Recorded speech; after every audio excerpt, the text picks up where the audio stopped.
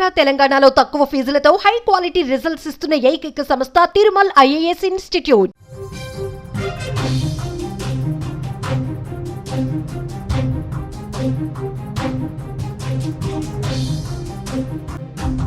భారత్ యుద్ధానికి సిద్ధమవుతున్న వేళ పాకిస్తాన్కు బలూచి చావు దెబ్బ కొట్టింది.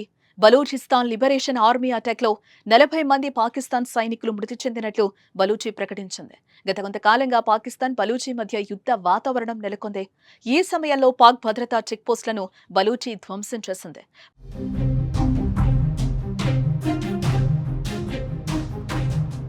మరోపక్క ఈ పరస్పర దాడుల్లో మొత్తం 62 మంది సైనికులు మృతి చెందినట్లుగా తెలుస్తోంది. ఇదిలా ఉంటే గత వారం రోజుల క్రితం పాకిస్తాన్లోని క్వెటాలో ఉన్న మార్గెట్ ప్రాంతంలో జరిగిన శక్తివంతమైన పేలుళ్లో 10 మంది పాకిస్తాన్ సైనికులు మరణించారు.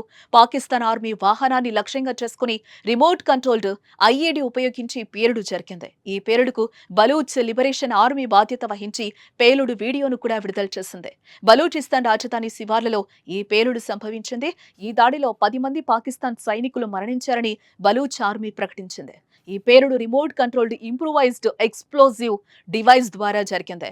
ఇందులో ఆర్మీ వాహనం పూర్తిగా ధ్వంసమైంది. అది జరిగిన వారం రోజులు కాకముందే మరోసారి పాక్ సైనికులే లక్ష్యంగా చేసుకున్న బలూచి మరో 40 మంది పాకిస్తాన్ సైనికులను హతమార్చినట్లుగా ప్రకటించింది.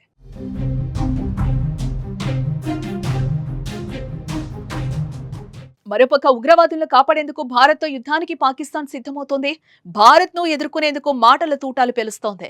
ఒక పక్క భయంతో చచ్చి బతుకుతూనే పైకి మేకపోతు గాంభీర్యం ప్రదర్శిస్తున్న పాకిస్తాన్ మా దగ్గర అణుబాంబులు ఉన్నాయని పాకిస్తాన్తో యుద్ధానికి రావాలంటే ఆలోచించాలంటూ హెచ్చరిస్తున్నారు. ఈ తరుణంలో బలూచి సైన్యం పాకిస్తాన్కు చావు దెబ్బ కొడుతోంది. భారత్ కంటే ముందే పాక్ నడ్డి విరుస్తోంది.